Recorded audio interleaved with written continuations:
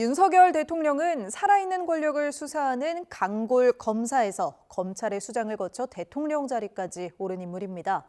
하지만 지금은 임기를 2년 이상 남겨둔 상태에서 내란 혐의로 탄핵 위기를 맞게 됐습니다. 황보연 기자가 보도합니다.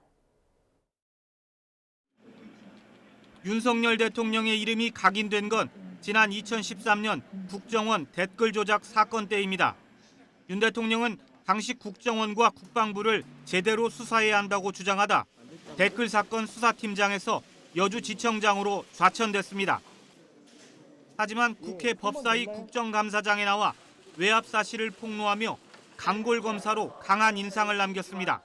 저는 사람에 충성하지 않기 때문에 제가 오늘도 이런 말씀을 드리는 겁니다. 2016년 박근혜 정부 후반 최순실 게이트가 불거지면서 윤 대통령은 박영수 특검팀에 합류해 주목받는 수사를 지휘했습니다. 일부에선 말도 안 되는 소리겠지만은 뭐 보복에 대한 얘기를 좀 하고 있거든요. 네, 검사가 수사권 가지고 보복하면 그게 깡패지 그게 검사입니까?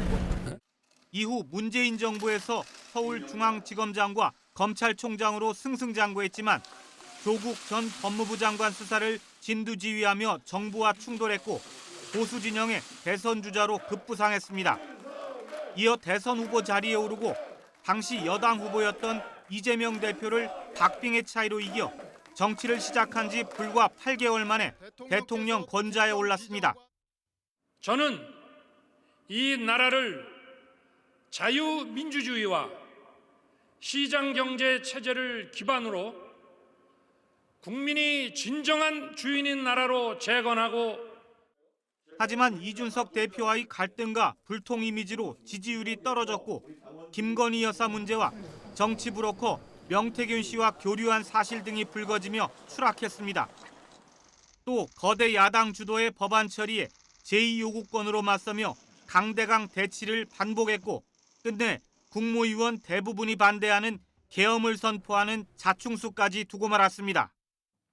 저는 북한 공산 세력의 위협으로부터 자유 대한민국을 수호하고 우리 국민의 자유와 행복을 약탈하고 있는 파렴치한 종북 반국가 세력들을 일거에 척결하고 자유 헌정 질서를 지키기 위해 비상계엄을 선포합니다.